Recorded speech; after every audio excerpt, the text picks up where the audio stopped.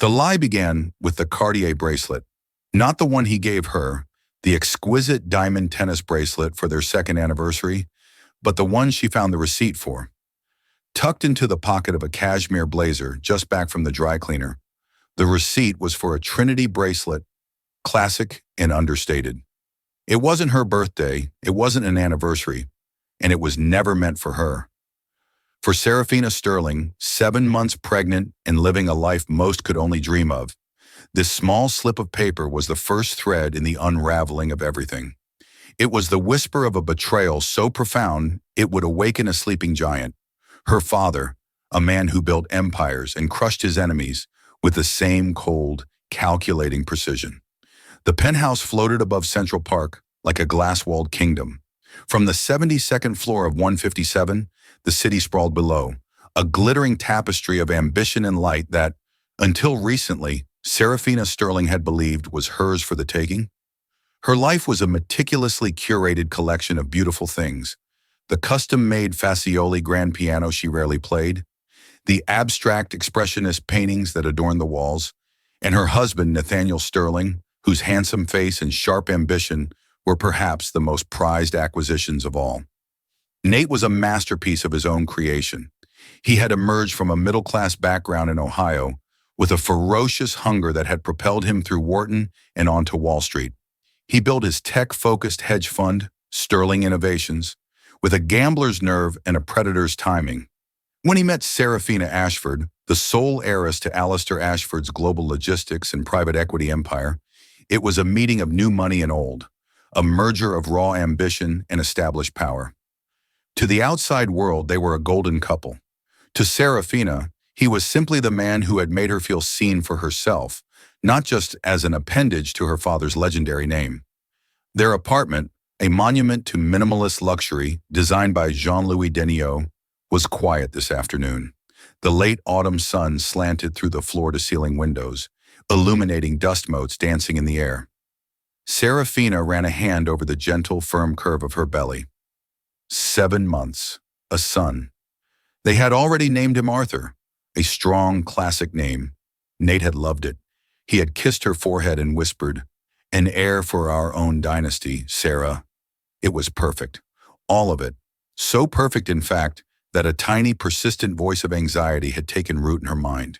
It was the unease of someone who has never truly known hardship, a fear that such flawless happiness was a fragile veneer, easily shattered. She dismissed it as hormonal, the common anxieties of a first-time mother. The housekeeper, Mrs. Gable, a woman of starch deficiency, had just brought in the afternoon's dry cleaning. Nate's suits and blazers, a row of somber blues and charcoals from Savile Row, hung on a valet stand. As Serafina passed, she noticed a slip of paper peeking from the breast pocket of a Loro Piana cashmere blazer Nate had worn to a gala the previous week. Her first instinct was to ignore it, a private receipt, a triviality. But curiosity, sharp and unwelcome, pricked at her. She told herself she was just tidying up. Her fingers, slender and manicured, slipped into the pocket. The paper was stiff, expensive cardstock, a receipt from the Cartier flagship on Fifth Avenue. Her heart gave a little flutter of pleasant surprise. Was he planning something for the baby's birth? But as her eyes scanned the details, the pleasant warmth curdled into a cold knot in her stomach. The date was from last Tuesday. The item was a Trinity bracelet SM. The price was significant, but not extravagant enough for a grand gesture. It was the kind of gift one gives with meaning, but not the kind a husband buys his pregnant wife as a surprise 2 months before her due date.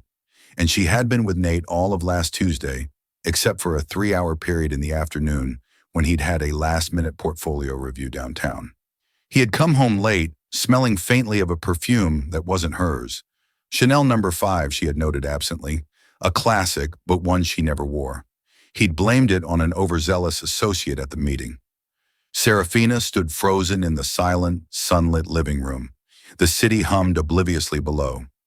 The receipt felt like a hot coal in her hand. It wasn't the cost. It was the intimacy of the item. The Trinity bracelet, 3 interlocking bands of gold, a symbol of love, fidelity, and friendship. It was a lover's gift. She tried to reason with herself.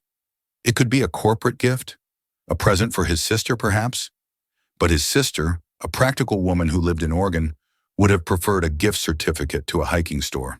It could be for his mother, but her birthday wasn't for months.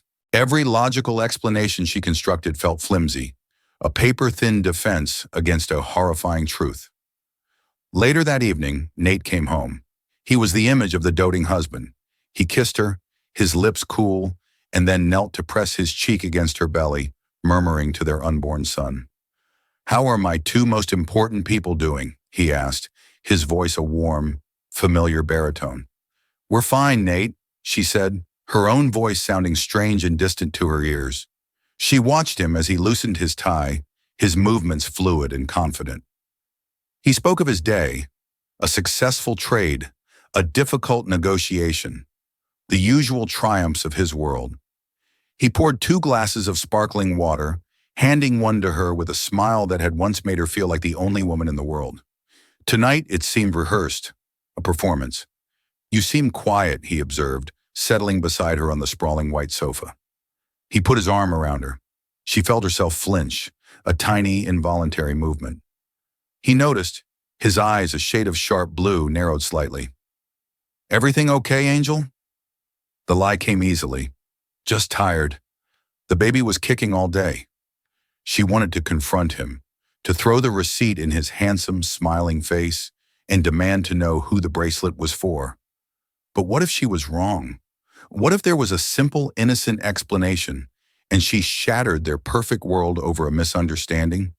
The fear of being that woman, the hysterical, suspicious, pregnant wife, held her silent.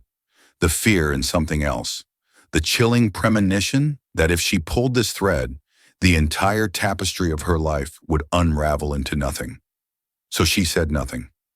She smiled, leaned into his embrace, and let the cold dread pool around her heart in the gilded silence of their perfect home.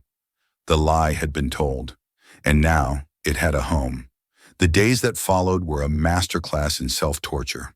Serafina existed in a state of hypervigilance.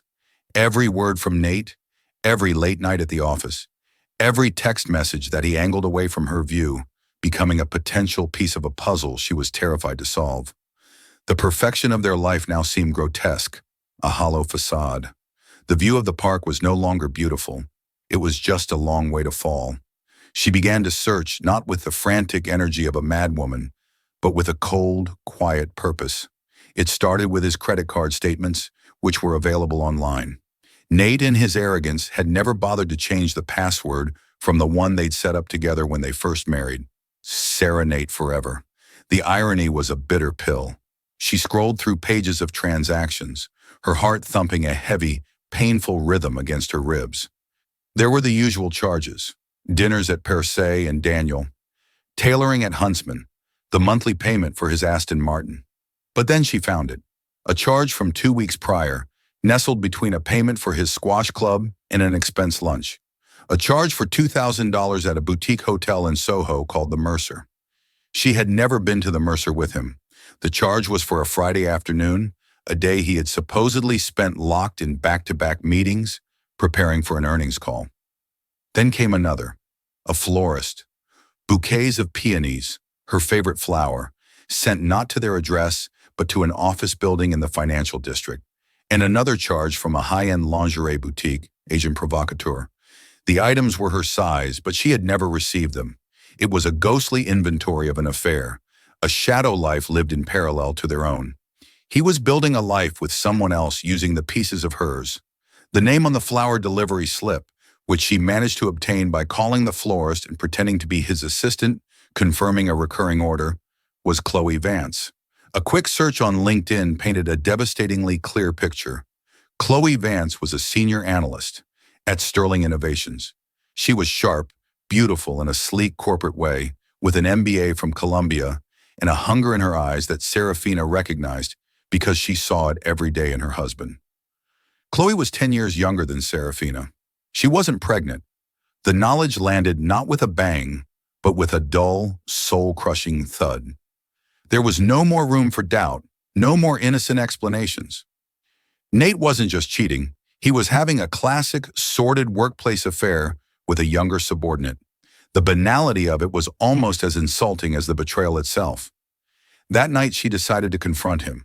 She couldn't live in this silent horror movie a moment longer. She waited until he was in the shower, the sound of rushing water a backdrop to her racing pulse. She took his phone from his charging station on his nightstand. His password was a simple biometric, his thumbprint. But she knew the 6-digit backup code. It was their anniversary. Her hands trembled as she opened his messages. The thread with Chloe V was near the top. She scrolled up, her breath catching in her throat. "Can't stop thinking about Friday," one message from Chloe read. "That room at the Mercer was divine." "It's better with you in it," Nate had replied. "Next time, we stay the whole weekend." There were pictures. Chloe wearing the Trinity bracelet, holding up a glass of champagne.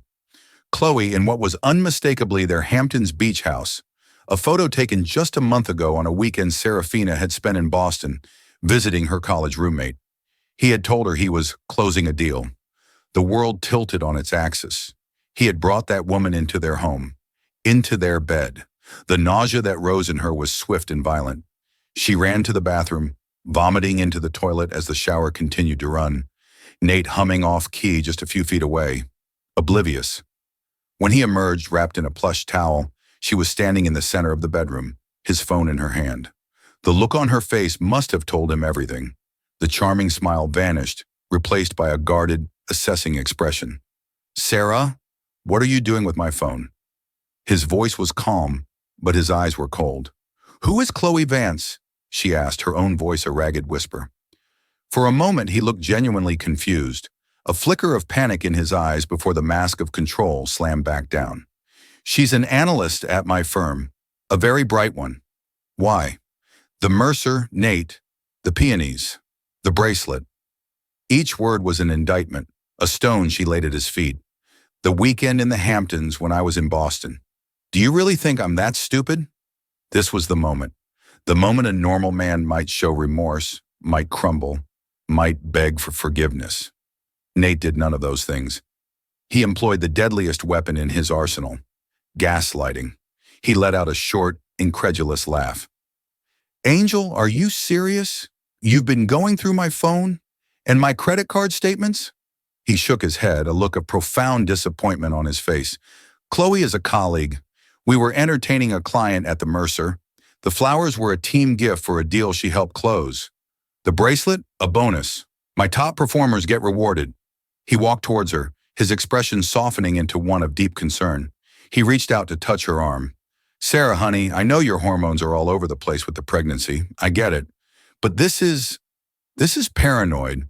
You're building fantasies. It's not healthy." He was so good. His tone was reasonable, loving even. He was painting her as unhinged, her valid discoveries as the ramblings of a crazy pregnant woman.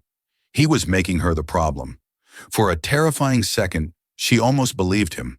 The desire to believe him, to rewind the clock back to that morning and unfind the receipt, was a physical ache. But the images were burned into her mind.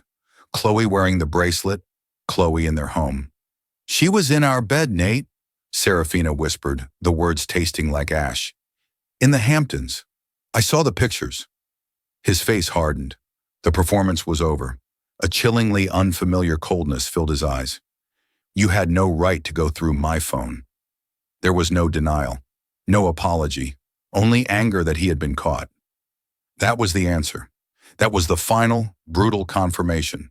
The man she loved didn't exist. He was a fiction, a character Nate Sterling played to get what he wanted. And he had gotten it all. Her love, her family's name, and soon a son to carry on his legacy.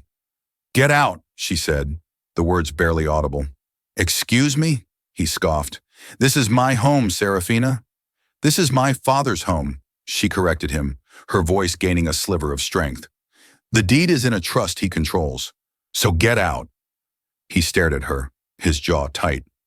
For the first time, she saw a flicker of genuine fear in his eyes. Not fear of losing her, but fear of losing this. The apartment, the lifestyle, the connection to the Ashford empire. "Fine," he sneered, his charm dissolving into pure venom. "Have your little meltdown. I'll go to the club." When you've decided to stop being a hysterical child, you know where to find me. He dressed with angry, efficient movements, grabbing a Patek Philippe watch from its case. He didn't look at her as he walked out, slamming the door behind him. The sound echoed in the cavernous apartment, a sound of finality. Serafina stood alone in the silence, the city lights beginning to twinkle outside. The thread had been pulled, and as she had feared, everything had come apart. She sank onto the edge of their bed, her bed, and finally allowed the sobs to come. They were wrenching, guttural sounds of a heart breaking. But as the tears subsided, something else began to crystallize in their wake. A cold, hard resolve. He had called her a hysterical child. He had mistaken her love for weakness. He had underestimated her. And he had forgotten who her father was. She picked up her phone, her hands still shaking, and found the number she hadn't needed to call for help in years. She pressed the call button. He answered on the first ring. "Serafina, is everything all right?" His voice, calm and steady, the voice that had soothed her childhood fears, was all it took for a fresh wave of tears to fall. "Dad?" she choked out. "I need you." Alistair Ashford's world operated on a different plane of existence. It was a realm of transatlantic flights in a Gulfstream G650, of boardrooms in London and Hong Kong, of phone calls that could shift markets and topple CEOs. His office on the top floor of the Ashford Tower on Park Avenue was less a room and more a command center, a silent, wood-paneled eyrie from which he observed the world he had so masterfully conquered. He was a man built of quiet intensity and unwavering resolve. His emotions kept behind a firewall of formidable intellect. The only exception, the only key to that guarded fortress, was his daughter. When his private line rang, and he heard Serafina's broken voice utter the words, "Dad, I need you," the world stopped. The multi-billion-dollar acquisition he was negotiating with a team in Tokyo vanished from his mind. His focus narrowed to a single point, the pain in his daughter's voice. "I'm on my way," he said, his tone leaving no room for argument. "Lock the doors. Don't speak to him. Do you understand?" "Yes," she whispered. "I'll have Kendrick there in 20 minutes. Don't open the door for anyone but him." Mr. Kendrick was Alistair's head of security, a former MI6 agent who moved with a quiet efficiency that was both comforting and deeply intimidating. He was less a bodyguard and more a loyal shadow, a man who handled problems before Alistair even had to name them. Less than an hour later, Alistair Ashford swept into the penthouse. He found Serafina sitting on the sofa, wrapped in a cashmere throw, her face pale and tear-streaked. Kendrick stood silently by the door, a sentinel in a perfectly tailored suit. Alistair knelt before his daughter, his movements surprisingly gentle for a man of such immense power. He took her hands in his. They were ice cold. "Tell me everything," he said softly. And she did. The story poured out of her in a torrent of grief and humiliation. The Cartier receipt, the hotel charges, the other woman, Chloe Vance, the photos in the Hamptons house, the confrontation, and worst of all, Nate's cold, dismissive cruelty, his gaslighting, his final sneering words. Alistair listened without interruption. His expression remained impassive. But Serafina, who knew him better than anyone, saw the change. It was a hardening around his eyes, a chilling stillness that settled over him. It was the same look he got just before a hostile takeover, a look that meant an enemy had been identified and targeted for annihilation. The warmth of the concerned father receded, replaced by the arctic cold of the predator. When she finished, the silence in the room was heavy and absolute. He gently squeezed her hands.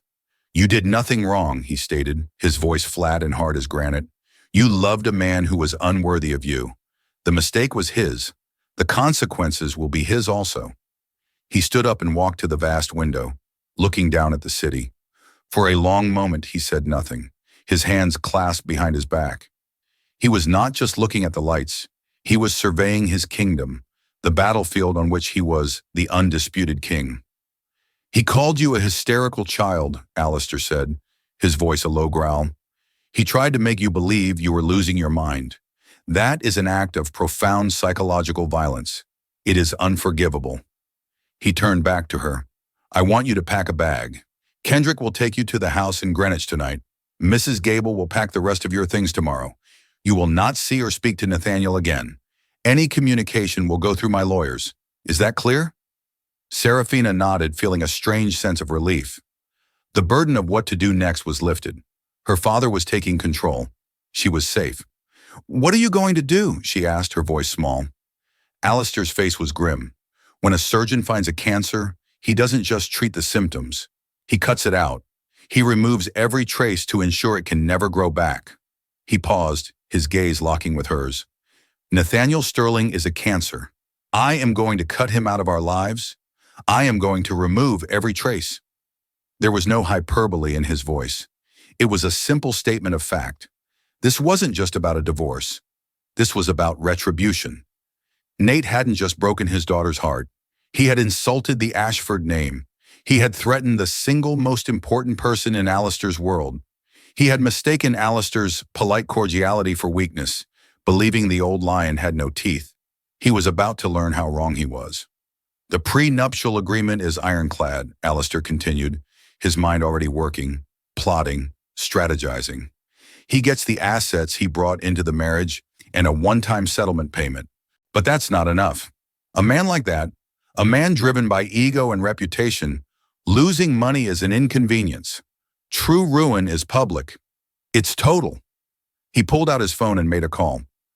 "Robert, it's Alistair. I need you to assemble the team.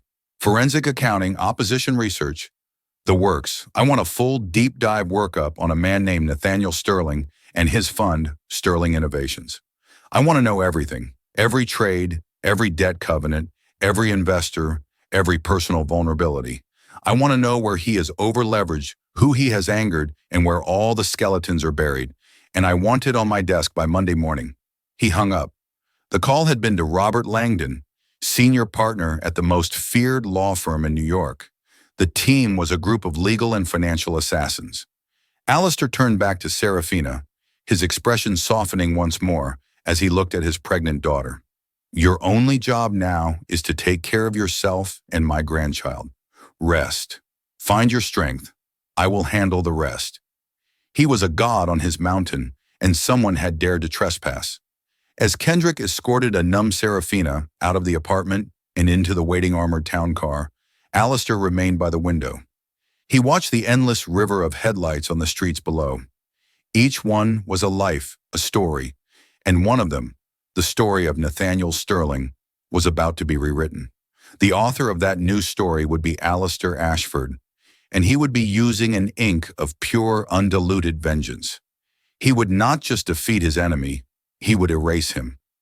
The war room was on the 60th floor of the Ashford Tower, a secure, soundproof suite of offices that did not officially exist on any floor plan. It was here that Alistair Ashford dissected his enemies. The air was cool and still, smelling faintly of leather and ozone from the humming servers. By Monday morning, the long mahogany table was covered in binders, spreadsheets, and digital displays. At the head of the table sat Alistair, a black coffee untouched before him. To his right was Robert Langdon, his lawyer, a man whose sharp suits and sharper intellect had disemboweled fortunes in courtrooms and boardrooms for 3 decades. To his left was Kendrick, silent and watchful. Around the table were the specialists, a forensic accountant named Miles Corbin, a woman who could find a single fraudulent dollar in a mountain of data, and a discreet private investigator, a former CIA analyst named Genevieve Reed, whose specialty was mapping the social and financial networks of the powerful. "Let's begin," Alistair said, his voice calm. "Genevieve, what do we have on the personal front?" Genevieve, a woman in her late 40s with intelligent, tired eyes, pushed a tablet across the table. "Nathaniel Sterling is a creature of habit and ego. He projects an image of a self-made titan, but he's deeply insecure about his origins. He craves validation from the old money establishment he married into. His affair with Chloe Vance is textbook. She's ambitious, she works for him, and she adores him. She's his reflection." She brought up a new screen. "We have full surveillance on them both. He's been staying at his club, the Olympian, but he spends most nights at her apartment in Tribeca. They're careless. We have photographs, video, more than enough to trigger the infidelity clause in the prenup. at a time of our choosing. Good, Alistair said. The clause is our dagger, but we don't use it yet. It's the final move, not the first. Miles, what did you find in the company financials? Miles Corbin, a portly man with glasses perched on his nose, tapped a thick binder. Sterling Innovations is a house of cards built on a foundation of sand. On the surface, it's impressive. $1 billion under management. But it's smoke and mirrors. Nate's a momentum trader, not a strategist. He rides trends. His big win last year was a massive, highly leveraged bet on a biotech startup that got FDA approval. He looked like a genius, but he was just lucky. Corbin pointed to a complex chart on the screen. The problem is the leverage. To fund these big bets, he's taken on significant debt. He has a revolving credit facility with Deutsche Bank, collateralized by the fund's assets. And he has issued corporate bonds, which were bought up by a handful of secondary investment firms. He's paying high yields, which means his investors are happy, but his cash flow is tight. If he has a bad quarter, or if his asset valuation drops suddenly, he'll face a margin call he can't meet. A slow, predatory smile touched Alistair's lips for the first time. A house of cards, he repeated softly. And where is the weakest point? Here, Miles said, circling a name on the screen. Westwood Capital Partners. They hold nearly 40% of his corporate bond debt. They're a small, aggressive firm. If they were to call for an early redemption or simply sell their holdings on the open market at a discount, it would create panic. It would signal a lack of confidence, and the other debt holders would follow suit. It would trigger a catastrophic liquidity crisis for Sterling. Westwood Capital, Alistair mused. I know William Preston, their managing partner. We have a history. He owes me a favor. He looked at his team. The plan was beginning to form in his mind, elegant in its brutality. It would be a multi-pronged assault, a corporate blitzkrieg designed not just to bankrupt Nate, but to systematically dismantle the very identity he had so carefully constructed. Here is what we are going to do, Alistair announced, his voice dropping to a conspiratorial hush. Phase 1 is infiltration. We will not attack him head-on. We will become the ground beneath his feet. Kendrick, I want you to establish 3 new shell corporations based in Delaware and the Cayman Islands, untraceable back to us. Robert, you will draft the paperwork. He turned to Miles. Through these corporations, we will begin buying Sterling's debt from the secondary holders, quietly, piece by piece. I want us to become his primary creditor without him ever knowing it. And Miles, I want you to approach William Preston at Westwood. Tell him I am prepared to buy his entire position in Sterling's debt at a 5% premium. The condition is absolute discretion. He'll take it, Robert Langdon confirmed. Preston is risk-averse. Getting his money out now with a premium is a no-brainer. Phase 2, Alistair continued, is doubt. Once we control the majority of his debt, we will seed the narrative. Genevieve, I want you to use your contacts in the financial press. A single, well-placed article. Nothing libelous, just questions. An anonymous source from a rival fund questioning the sustainability of Sterling Innovations' growth. A look at their over-leveraged position. We will target the Wall Street Journal or the Financial Times. A seed of doubt planted in the right soil can grow into a forest of panic. And Phase 3? Langdon asked, a gleam of appreciation in his eyes. Phase 3 is the coup de grace, Alistair said, his voice turning to ice. While the financial pressure mounts, we will detonate his personal life. Genevieve, you will leak the photos of Nate and Chloe, but not just to the gossip columns. We will give them to a specific journalist, one known for digging, and we will include a little twist. He leaned forward, the architect of ruin sharing his masterpiece. We will also provide photos of Chloe Vance having lunch with one of our business rivals, someone older, wealthier, and more powerful than Nate. We will make it look like she is playing them both. We leak both sets of photos at the same time. The story won't be millionaire cheats on pregnant wife. It will be hedge fund hotshot and billionaire rival tussle over ambitious analyst. We will make him a cuckold in the court of public opinion. We will attack his pride, his most vulnerable asset. The room was silent. The scope and viciousness of the plan were breathtaking. Alistair was not just aiming to win. He was salting the earth so nothing could ever grow there again. While he is reeling from the public humiliation and the financial pressure, Alistair concluded, Serafina's lawyers will file for divorce, and they will invoke the infidelity clause. His assets will be frozen pending the discovery process. With his credit lines collapsing and his personal accounts locked, he will have nowhere to turn. The house of cards will fall. He stood up, the meeting concluded. I want this to be slow. I want him to feel the walls closing in. I want him to experience the terror of losing control, piece by agonizing piece. He tried to convince my daughter that she was crazy. By the time I am finished with him, he will be.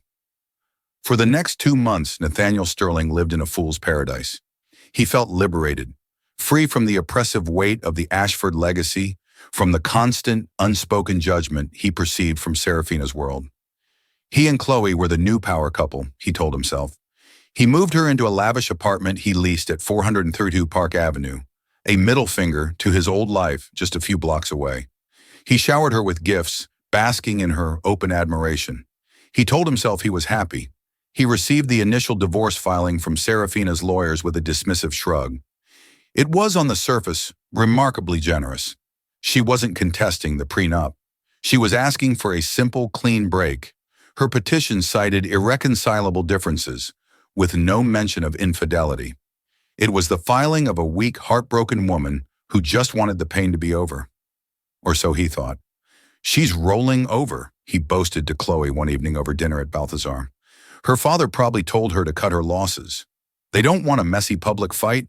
Nate signed the preliminary paperwork without a second thought, eager to put Serafina and her suffocating family behind him. He was completely unaware that this apparent capitulation was a meticulously crafted trap, a Trojan horse designed to lull him into a state of arrogant complacency. By agreeing to the initial terms, he was walking into a legal labyrinth from which there would be no escape. Meanwhile, in the silent, invisible world of high finance, Alistair Ashford's plan was proceeding with the precision of a military operation. The shell corporations, with bland names like Orion Holdings and Apex Consolidated, began their quiet work. Alistair's traders, operating from an unmarked office in Stamford, Connecticut, bought Sterling Innovations corporate bonds on the secondary market. They bought small parcels, never enough to raise flags, accumulating the debt like a python slowly coiling around its prey. The key move came when Miles Corbin met with William Preston of Westwood Capital. In the hushed, opulent lounge of the University Club, over glasses of Macallan 25, the deal was done. Alistair's offer was too good to refuse. Preston offloaded his entire 40% stake in Sterling's debt, transferring it to Orion Holdings for a handsome profit. The transaction was buried under layers of financial secrecy. By the end of the month, Alistair Ashford, through his proxies, had become Nathaniel Sterling's single largest and completely anonymous creditor. Nate owed his wife's father over $200 million and had no idea. With the financial weapon in place, Phase 2 commenced. Genevieve Reed had lunch with a contact at the Wall Street Journal, a seasoned investigative reporter named Frank Miller. She didn't give him a story. She gave him a thread, a tip from a concerned investor. Take a look at the leverage ratio at Sterling Innovations, she suggested casually. Their last big win was a moonshot. Ask yourself if that kind of growth is sustainable or if it's a sign of reckless risk-taking. That was all it took. Miller, smelling a story, started digging. 2 weeks later, a story appeared on the front page of the business section. The headline was cautious but damning. Sterling's golden touch, genius or gamble, a closer look at the hedge fund's high-risk strategy. The article didn't accuse Nate of any wrongdoing. It simply laid out the facts. The fund's heavy reliance on borrowed money, its exposure to volatile tech sectors, and its opaque debt structure. It quoted anonymous analysts who expressed concerns about liquidity in the event of a market downturn. Nate was furious. He held an all-hands meeting at his firm, dismissing the article as a hit piece orchestrated by jealous rivals. They hate to see a young firm beat them at their own game, he roared, his charisma winning over his young, ambitious staff. He felt invincible. He had Chloe, he had his freedom, and his fund was still, on paper, wildly successful. But the seed of doubt had been planted. A few of his smaller investors called, their voices laced with concern. He reassured them with practiced confidence. What he didn't see were the tremors beneath the surface. His prime brokers began subtly tightening their lending standards. The interest rate on his revolving credit facility was nudged upward by a quarter of a point. The invisible architecture of trust that underpins all of finance was beginning to corrode. While Nate was busy fighting the public relations battle, Serafina was quietly rebuilding her life.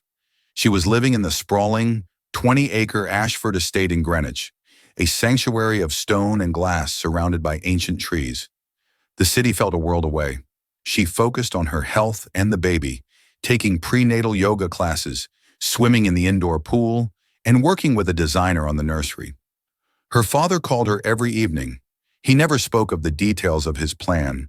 He would simply ask how she was feeling, if the baby was kicking, and tell her he loved her. But in his calm, steady voice, she heard the unspoken promise. Justice was coming. The grief was still there, a hollow ache in her chest, but it was now overlaid with a sense of calm resolve. Her father's strength had become her own. She was no longer just a victim. She was the quiet, patient beneficiary of a gathering storm. She was in Ashford, and she was waiting. The first visible crack in Nathaniel Sterling's world appeared on a Tuesday morning. He arrived at his gleaming office in Hudson Yards to an urgent summons from his CFO. The news was grim. Orion Holdings, the anonymous entity that now held the largest portion of their debt, had formally requested an immediate redemption of their bonds, citing a clause in the covenant related to perceived market volatility. Simultaneously, two other shell corporations controlled by Alistair did the same. It was a coordinated, crippling blow. Suddenly, Sterling Innovations was on the hook for a debt payment of over $200 million, due in 30 days. It was a liquidity crisis of staggering proportions. "They can't do this," Nate yelled, pacing his office. "It's a hostile move. Who the hell is Orion Holdings?" His lawyers and bankers had no answers. The company was a ghost, a name on a piece of paper in the Cayman Islands. Panic began to set in. To raise the cash, Nate would have to start liquidating assets. But the negative press from the Wall Street Journal article had made the market skittish. Selling off large positions would drive down their price, further devaluing the fund's remaining assets and potentially triggering the margin call from Deutsche Bank. It was a death spiral. As his professional world began to implode, Alistair detonated the personal bomb. That afternoon, Page 6 ran an explosive story. The headline was sensational. Hedge Fund Wars. Are titans Nate Sterling and Gavin Price battling over the same beautiful banker? The article was accompanied by a series of crystal-clear, long-lens photographs. The first set showed Nate and Chloe Vance, looking intimate and amorous outside her Tribeca apartment. The second set, even more damning, showed Chloe having a very cozy lunch at Cipriani with Gavin Price, a notorious corporate raider and a man twice Nate's age with 10 times his wealth. Price was one of Alistair's oldest and most bitter rivals, a man Alistair knew Nate loathed and feared. Genevieve Reed had paid a handsome sum to a freelance photographer to ensure the pictures were perfect. The narrative was exactly as Alistair had designed it. Nate wasn't the powerful man who had stolen his colleague. He was a stepping stone, a fool being played by an ambitious woman on her way to a bigger prize. Nate saw the article on his phone and felt the blood drain from his face. The humiliation was a physical blow, more painful than any financial loss. He stormed over to Chloe's apartment, his mind a maelstrom of rage and paranoia. He found her packing a suitcase.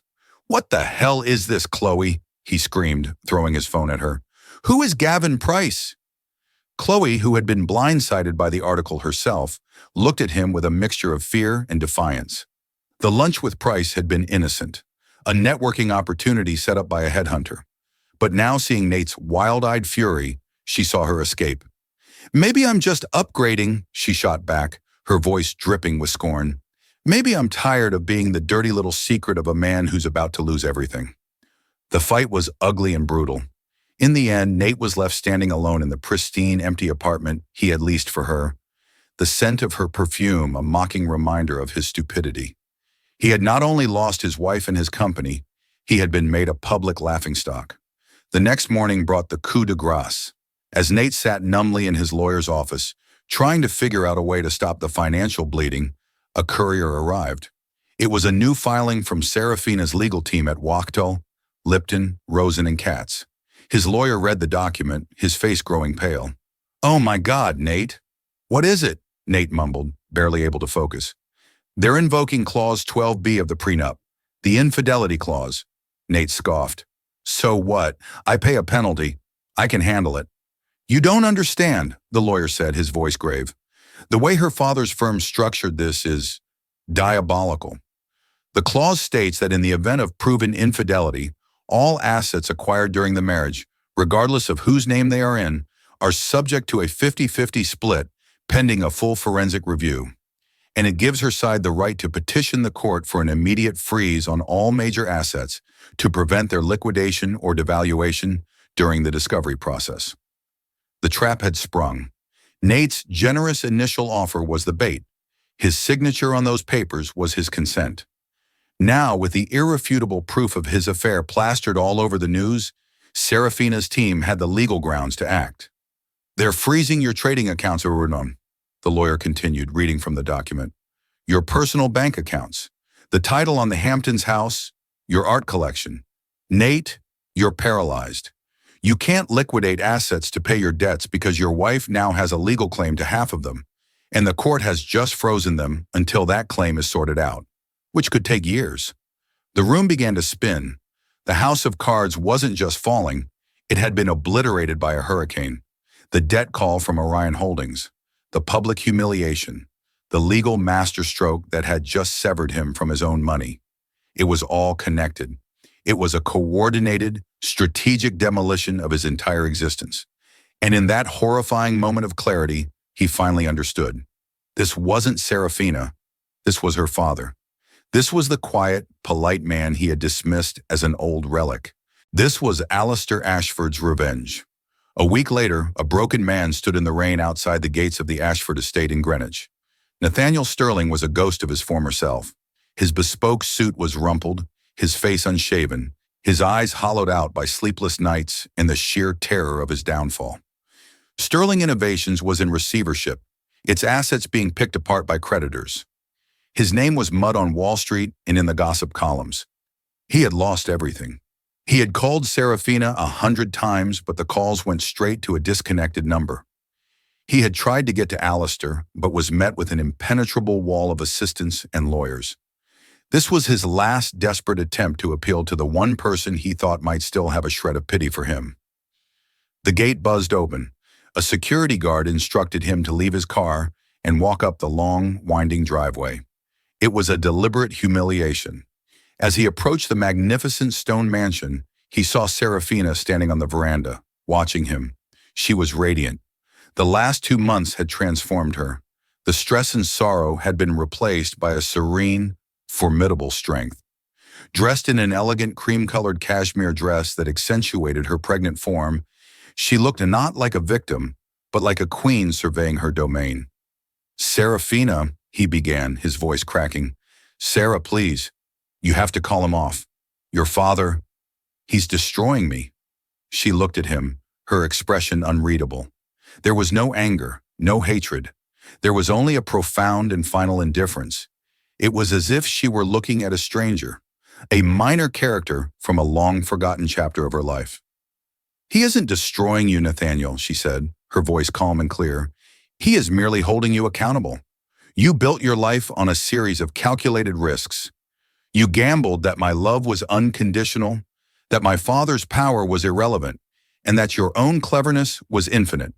You simply miscalculated the odds." "I loved you," he cried, a pathetic, desperate lie. "I made a mistake, a stupid mistake, but I loved you." A small, sad smile touched her lips. "No, you didn't. You loved the idea of me. You loved what I represented. A final validation, a ticket into a world you desperately wanted to conquer. The first rule of business, a lesson my father taught me, is to know the true value of your assets. You never knew my value, so you squandered me. And you never knew my father's, so he liquidated you." The cold, hard truth of her words struck him dumb. She saw him finally and completely for the hollow man he was. "What do you want from me?" he whispered. "My money is gone. My company is gone. I want nothing from you, she said. I already have everything I need. She placed a hand on her belly. I have a son to raise, a life to build, a future that you are no longer a part of. The divorce papers give you a small settlement, enough to start over. Far away from here. I would advise you to take it. She turned to go back inside. Sarah, wait, he called out, taking a step towards her. From the shadows of the doorway, Mr. Kendrick materialized, his presence an unspoken threat. Nate froze. The finality of the moment washed over him. He was no longer a player in this world. He was in exile. From inside the house, Alistair Ashford watched from a window. He saw his daughter's strength, her poise, and the protective way she held herself. He felt a surge of fierce paternal pride. The cost of this war had been immense, but seeing her standing there, free and unbroken, made it all worthwhile. He had not just avenged his daughter, he had helped her forge her pain into power. Serafina walked through the silent, beautiful house to the newly finished nursery. It was painted in soft shades of blue and gray, with a mural of a starry night sky on the ceiling. She stood by the crib, looking out the window at the gardens, where the first hints of winter were beginning to touch the trees. She felt a kick, strong and reassuring. She was no longer Serafina Sterling, the millionaire's wife. She was Serafina Ashford, daughter of a king and mother to a prince. She was a phoenix who had not just risen from the ashes of her old life, but had learned that she was the one who controlled the fire. The past was a closed book, the future was a blank page, and she was ready to write it. And that's where Nathaniel's story ends. Not with a bang, but with a quiet fade into obscurity, a ghost of Wall Street who dared to cross an unforgiving king. Serafina's story, however, was just beginning, a testament to the fact that true strength isn't about never falling, but about how you rise. It's a chilling reminder that in the world of the ultra-wealthy, love, betrayal, and revenge are played for the highest stakes imaginable. What do you think? Was Alistair's revenge justified, or was it a step too far? Could Nate have ever been redeemed? Let us know your thoughts in the comments below. We read every single one, and your perspective is what makes this community great. If you were captivated by this story of love, lies, and ultimate retribution, please show your support by hitting that like button, sharing this video with someone who loves a good revenge drama, and most importantly, subscribing to our channel for more stories just like this one. Don't forget to ring that notification bell so you never miss an upload.